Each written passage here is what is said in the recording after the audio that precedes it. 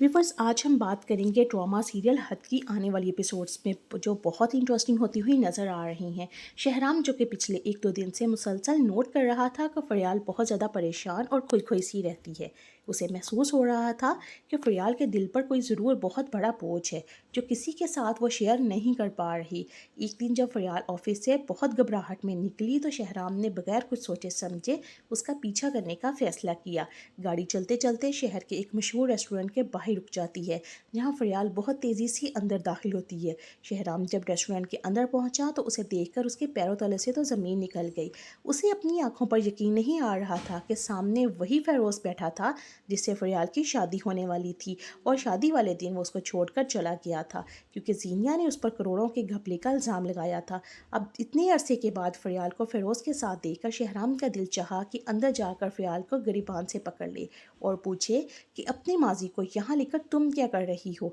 मगर उसने सब्र किया और एक दूर कोने में बैठकर उनकी बातें सुनने का फ़ैसला किया, लेकिन इतनी दूर से वो कुछ सुन नहीं पाया। रेस्टोरेंट के अंदर फ़रियाल फ़िरोज़ से इल्तिजा कर रही थी कि वो शानज़े से दूर हो जाए।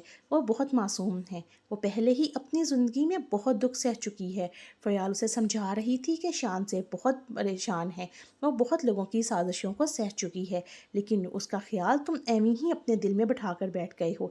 वो नहीं जानती थी कि शहराम सामने बैठा सब कुछ देख रहा है।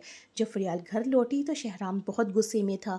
उसने उसे देखते ही पूछा कि तुम कहाँ थी इतनी देर से, तुम्हारा फ़ोन भी बंद आ रहा था, किससे मिलने गई थी। फ़रियाल ने बात को टाल दिया और कोई ठोस जवाब नहीं दिया। फ़रियाल का ऐसे खामोश रहना और सच ना बताना शहराम के शक को यकीन में बदल किया।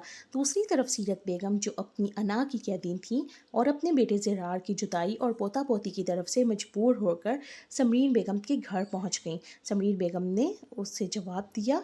सीरत बेगम ने समरीन बेगम के सामने हाथ जोड़े और रोते हुए इल्तिजा की कि ज़रार को आप समझाएं, वो आपकी बात मानता है। उससे कहें कि वो महक को लेकर पाकिस्तान वापस आ जाए।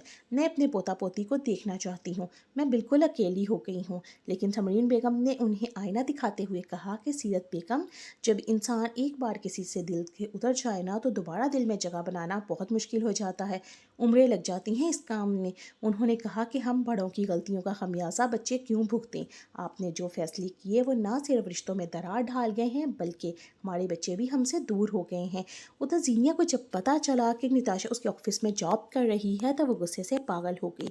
उसने फ़ौरन दानिश को कॉल करके कहा कि इस लड़की को फ़ौरन ऑफिस से निकाल दें और दोबारा मुझे यहाँ नज़र नहीं आनी चाहिए।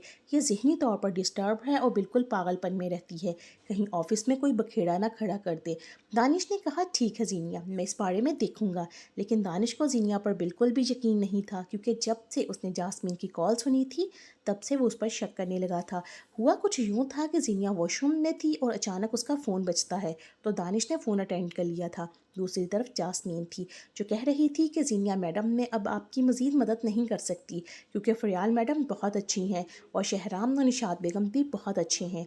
मैंने उनका नमक खाया है, मैं उनके साथ मज़ीद गद्दारी और बेवफाई नहीं कर सकती। मुझे अब मज़ीद आपके पैसों की भी कोई ज़रूरत नहीं है। जास्मीन को नहीं पता था कि फ़ोन पर जीनिया है बल्कि दानिश है। दानिश दूसरी बातें सारी सुन लेता है। दानिश पहले भी जीनिया पर बहुत बदगुमान रहता था और जब उसे ये हकीकत पता चली तो उसे यकीन हो गया कि जीनिया कभी नहीं बदल सकती। अगरचे जीनिया पूरी कोशिश कर रही थी कि दानिश और शहराम को ये दिखा सके कि वो बदल गई है और अब उसके दिल में शहराम के लिए कुछ नहीं, क्योंकि जब से सीरत बेगम ने उसे थप्पड़ मारा था उसे एहसास हो गया था कि अब उसकी जगह कहीं नहीं रही।